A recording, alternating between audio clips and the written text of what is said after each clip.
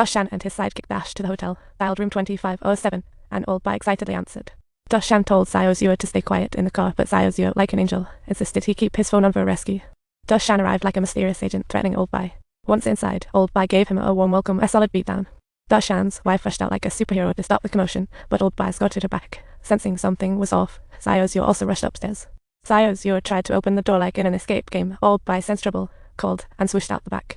When Xiao coerced the staff to open the door, all that was left in the room was Doshan's wife. They exchanged a staring contest, then raced off like a chase scene to find Doshan.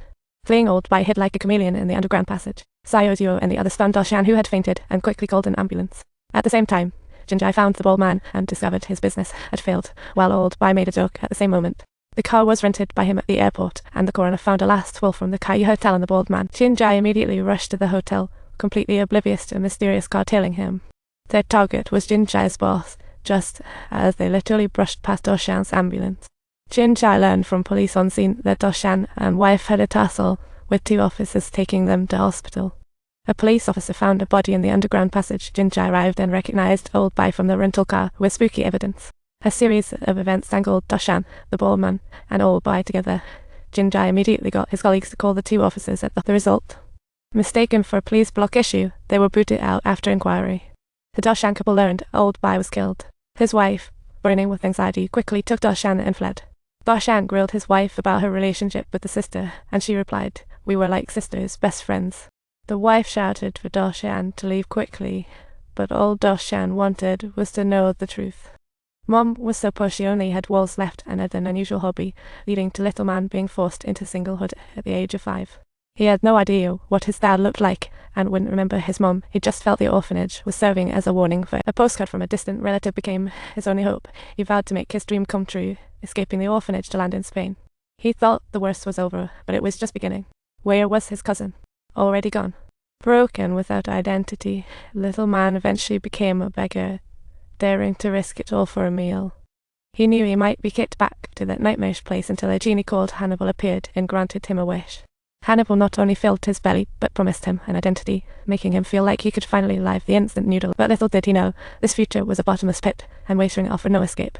He had to choose compromise, but luckily, he found the first love in his life.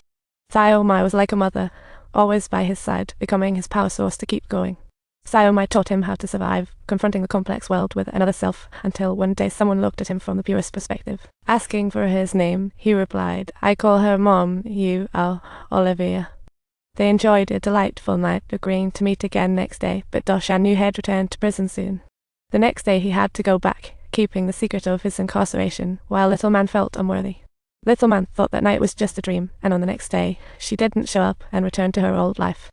Hannibal took them to the dock, gearing up for a new venture, and from that day on, everyone's nightmare kicked into high gear.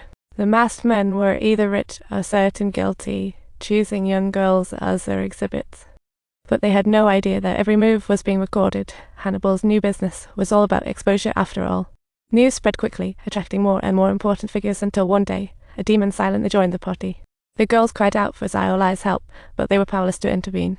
The girls' screams echoed like a nightmare. Xiao Mai, Xiao Bai, Xiao Bai, Xiao Bai. Xiao Bai, Xiao Bai.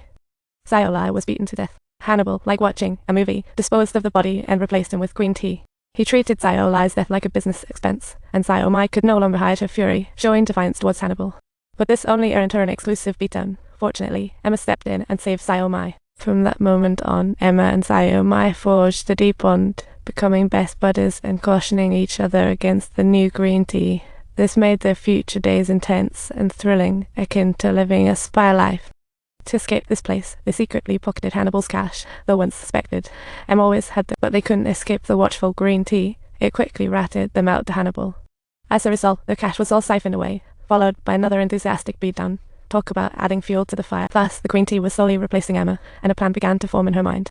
Emma devised a brilliant plan to help the 3 of them escape this place. Hannibal's new project blackmailed the elite with secretly recorded tapes, not serving them.